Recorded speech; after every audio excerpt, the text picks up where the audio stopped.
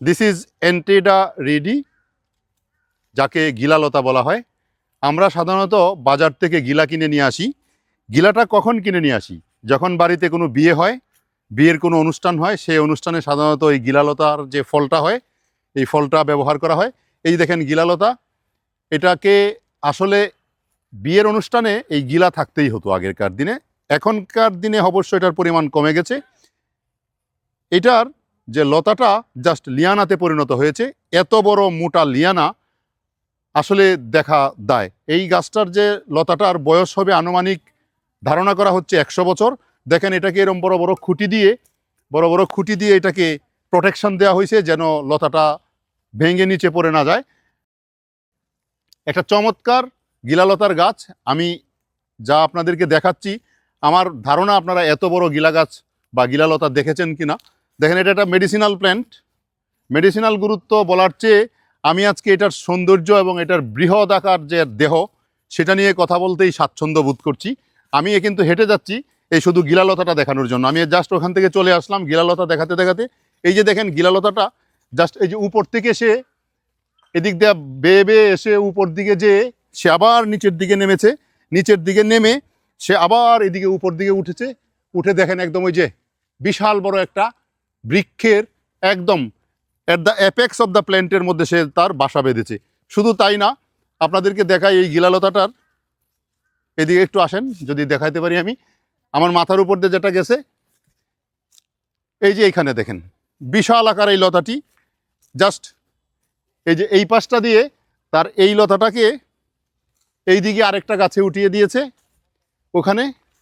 ওখানে উঠিয়ে দিয়ে ঠিক ওই গাছের ক্যানোপির উপর তার বংশ বিস্তার করছে। এইদিকে আবার একটা লতা সে কোনো ক্রমে মাটির দিকে পতিত করেছিল, মাটিতে নামিয়ে দিয়েছিল। সেই লতাটা দেখেন লিয়ানা, কত বড় লিয়ানা হয়েছে এই লতা দেখেন। এই যে দেখেন এটা বিশাল বড় একটা গিলালতা। এই গিলালতা বিশেষ করে বাংলাদেশে, আমি শুরুতেই বলেছিলাম, বাংলাদেশে বিয়ে হলে এই গিলালতার ফলটা আনা হতো। বিয়ের অনুষ্ঠানে, হলুদের অনুষ্ঠানে সেটা ব্যবহার করা হতো। শ্বাসটা থাকে, বীজটা থাকে, সেই বীজের ভিতরের শ্বাসটাকে বের করে কাপড়ে, দর্জিরা কাপড়ে দাগ দিতেন, স্কেল দিয়ে টান দিয়ে দাগ দিতেন আগেকার দিনে। গিলালতা ঔষধি গুণ সম্পন্ন উদ্ভিদ। আমাদের দেশে ট্রেডিশনাল মেডিসিন হিসাবে এটাকে ব্যবহার করা হয়, অনেক আগে থেকেই ব্যবহৃত হয়। তবে বর্তমান যুগে মানুষ যখন আরও বেশি সভ্যতার দিকে এগিয়ে যাচ্ছে, তখন এই যে ভেষজ ঔষধের ব্যবহারটা কমে যাচ্ছে। তবে বর্তমানে এই গিলালতাকে অনেকেই হয়তো চিনেই না, জানেই না এই গিলালতা সম্পর্কে। গিলালতা ক্ষত নিরাময়ে সহায়ক। এর ছাল এবং বীজ বেটে ক্ষতস্থানে প্রয়োগ করলে তা দ্রুত শুকাতে সাহায্য করে, প্রদাহ ও ব্যথা কমাতে সাহায্য করে। চুলকানি, সোরিয়াসিস এবং একজিমার মতো ত্বকের সমস্যায় এর বীজের ছাল ব্যবহার করা হয়ে থাকে। অ্যান্টিসেপটিক হিসাবে এটা ব্যবহৃত হয়। কুষ্ঠকাঠিন্য দূর করতে এটা ব্যবহার করা হয়, কারণ এর বীজে হালকা ল্যাক্সেটিভ প্রভাব রয়েছে যা পেট পরিষ্কার করতে সাহায্য করে। আর্থ্রাইটিস এবং প্রদাহ দূর করতে সাহায্য করে। স্নায়ুতন্ত্রের উপকারে আসে। সাপের কামড়ের চিকিৎসায় ব্যবহার করা হয়।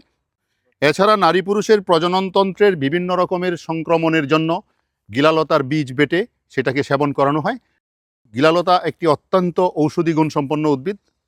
যেহেতু ঔষধি গুণ সম্পন্ন উদ্ভিদ, এটা ব্যবহার করার পূর্বে অবশ্যই একজন চিকিৎসকের পরামর্শ নেওয়া উচিত। কেননা এর ডোজ যদি বেশি হয়, লিথাল ডোজ হয়ে গেলে যেমন স্বাস্থ্য সমস্যা হবে এবং শরীরের বিভিন্ন রকমের সমস্যা হতে পারে। আশা করি ভিডিওটি আপনাদের উপভোগ্য ছিল। ধন্যবাদ।